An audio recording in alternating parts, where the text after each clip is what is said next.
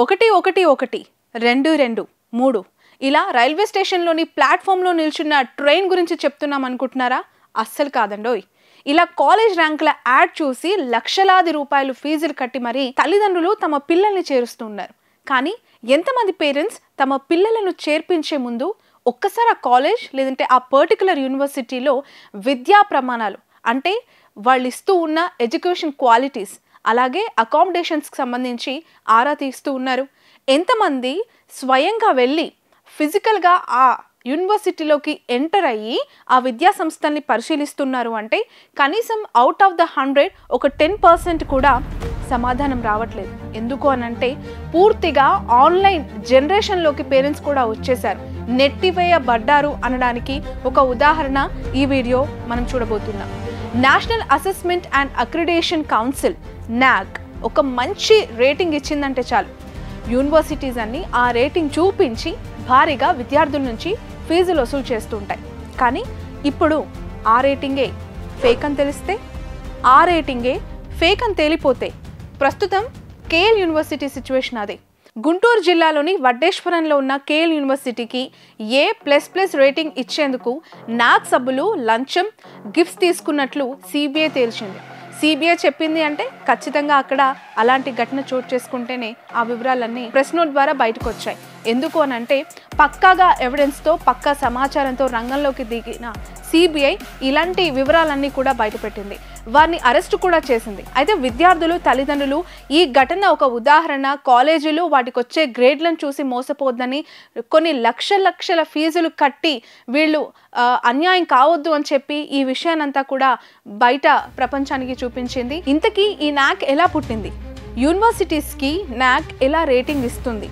KL university వాళ్ళు rating కోసం అసలు ఏం చేశారు? ఎందుకు ఈ స్కామ్ జరిగిందని గుర్తించారు? మీ పిల్లల భవిష్యత్ బాగుండాలి అంటే ఈ పూర్తి వీడియో స్కిప్ చేయకుండా చూడండి. అలాగే మా ఛానల్ని సబ్స్క్రైబ్ కూడా చేయండి. నేను మీ శ్రావణి జర్నలిస్ట్. ఇక ఈ వీడియో వివరాల్లోకి వెళ్తే, దేశంలోని యూనివర్సిటీలో నాణ్యమైన అత్యుత్తమమైన విద్యను ప్రోత్సహించడం కోసం యూనివర్సిటీ గ్రాంట్స్ కమిషన్ UGC ఫండ్స్తో 1994లో national assessment and accreditation council NAACని కేంద్ర ప్రభుత్వం స్థాపించింది. ఈ NAACలో సభ్యులుగా వివిధ ప్రాంతాల నుంచి, అంటే ఓన్లీ తెలుగు స్టేట్సే కాదు, దేశంలోని అనేక ప్రాంతాల నుంచి బాగా చదువుకున్న విద్యావేత్తలు, కాలేజీలకి యూనివర్సిటీలకి సంబంధించిన ప్రొఫెసర్స్ కొనసాగుతూ ఉంటారు సభ్యులుగా. అలాగే విధాన రూపకర్తలతో కూడిన జనరల్ కౌన్సిల్ ఒక బాడీని, ఎగ్జిక్యూటివ్ కమిటీని కూడా ఈ NAAC ఏర్పాటు చేసుకుంటూ ఉంటుంది. యూనివర్సిటీలను ఈ NAAC కమిటీ స్వయంగా వెళ్ళి పరిశీలించి అక్కడ ఎడ్యుకేషన్ సిస్టమ్ ఏ విధంగా ఉంది, టీచింగ్ క్వాలిటీస్ ఏ విధంగా ఉన్నాయి, అలాగే విద్యార్థుల నైపుణ్య అభివృద్ధి అంటే ఎడ్యుకేషన్ ఇంప్రూవ్మెంట్స్ ఏ విధంగా ఉన్నాయి, యూనివర్సిటీ యొక్క పూర్తి అంబియన్స్ అట్మాస్ఫియర్ ఏ విధంగా ఉంది, ఒక యూనివర్సిటీకి ఉండాల్సిన మినిమం క్వాలిటీస్, హైర్ క్వాలిటీస్ అన్నీ కూడా ఆ ప్రస్తుత యూనివర్సిటీలో ఉన్నాయా లేవా అనేవి పూర్తిగా పరిగణలోకి తీసుకొని గ్రేడింగ్ ఇస్తూ ఉంటుంది ఈ టీం. అయితే ఈ NAAC గ్రేడింగ్ ఆధారంగా విద్యార్థులు తాము చదవాలనుకుంటున్న ది బెస్ట్ యూనివర్సిటీలను ఎంచుకుంటూ ఉంటారు. అలాగే దేశంలోని యూనివర్సిటీల స్థాయి కూడా ఈ గ్రేడింగ్ని బట్టే నిర్ధారణ అవుతుంది. యూనివర్సిటీలకు వాటి ప్రమాణాలకు అనుగుణంగా A++, A+, B++, B+ రేటింగ్స్ని NAAC ఇస్తూ ఉంటుంది. NAAC బృందం 3 రోజులు వడ్డేశ్వరంలోని కేఎల్ యూనివర్సిటీ ప్రమాణాలను పరిశీలించింది. ఈ క్రమంలో తమకి A++ రేటింగ్ ఇవ్వాలని కోరుతూ యూనివర్సిటీ యాజమాన్యం ఆ NAAC బృందానికి లంచాలు ఇచ్చినట్లుగా CBI పేర్కొంది. దీనిపై CBIకి ఫిర్యాదులు అందాయి. ఏకకాలంలో అధికారులు సోదాలు నిర్వహించి 37 లక్షల నగదు, 6 ల్యాప్టాప్లు, ఐఫోన్లను స్వాధీనం చేసుకున్నారు. ఈ కేసుకు సంబంధించి ఇప్పటి వరకు కూడా 10 మందిని కేఎల్ యూనివర్సిటీ స్టాఫ్ని, అందులోని డైరెక్టర్స్ని అరెస్ట్ చేశారు.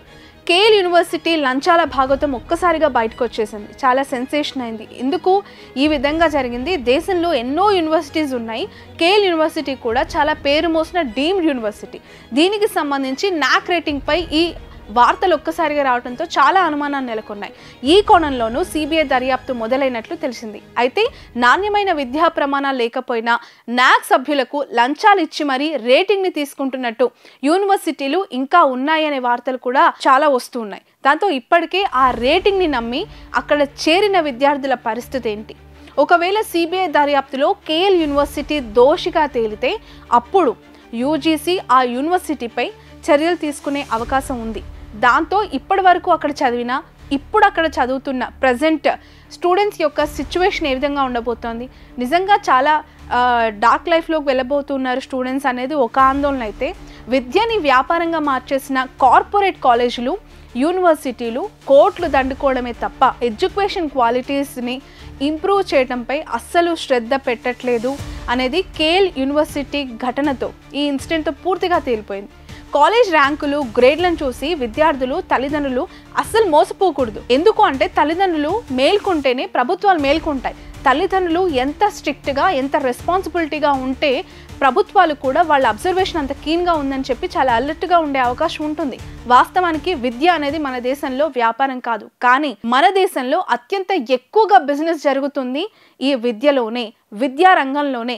ర్యాంకులు, గ్రేడ్ల కోసం కాలేజీలు, యూనివర్సిటీలు లంచాలు ఇస్తూ ఉన్నాయి. తీసుకుంటున్న వాళ్ళు దేవుడెరుగు, బట్ ఇస్తూ ఉన్న యూనివర్సిటీలు కళ్ళ ముందు కనిపిస్తూ ఉన్నాయి. ఆ డబ్బుల్ని మనం తల్లిదండ్రుల దగ్గర నుంచే ఫీజుల రూపంలో ముక్కు పిండి మరీ వసూలు చేస్తున్నాయి. కాబట్టి ఈ అవినీతి పరంపర ఆగిపోవాలంటే ఫస్ట్ ఆఫ్ ఆల్ పేరెంట్స్ చాలా అలర్ట్గా ఉండాలి. ఏ చిన్న విషయమైనా, ఎలాంటి అనుమానాన్నైనా వాళ్ళు దాచుకోకుండా ఎక్కువగా బయటికి ఫోకస్ చేసి కానీ ఇలాంటి విషయాలపైన కొంచెం క్లారిటీ వచ్చే అవకాశం ఉంటుంది. ఒకప్పుడు గవర్నమెంట్ స్కూల్స్లో, గవర్నమెంట్ కాలేజెస్లో చదివిన వారు ఐఏఎస్లు, ఐపీఎస్లు, సివిల్ సర్వెంట్లుగా ఇంకా పెద్ద ఉన్నతమైన సిచ్యువేషన్స్లో ఇప్పటికీ కూడా ఉన్నారు. ఎన్నో సేవలు అందిస్తున్నారు సొసైటీలో. కానీ ఇప్పుడు విద్య పూర్తిగా వ్యాపారంగా మారిపోయింది. అందులో మనం పెడుతున్న పెట్టుబడి కేవలం ఫీజు, అది పెట్టుబడి మాత్రమే. ఎందుకు అనంటే మనం ఇప్పుడు ఇన్వెస్ట్ చేస్తూ ఉన్నాం, రేపొద్దున దాని నుంచి రిటర్న్స్ మళ్ళీ మన పిల్లలు తీసుకొస్తారన్న ఒక నమ్మకం, ఒక ధైర్యంతో. కనీసం కడుతున్న ఫీజుకి ఎంతవరకు మనం సాటిస్ఫై అవుతున్నాము అనేది దేవుడెరుగు.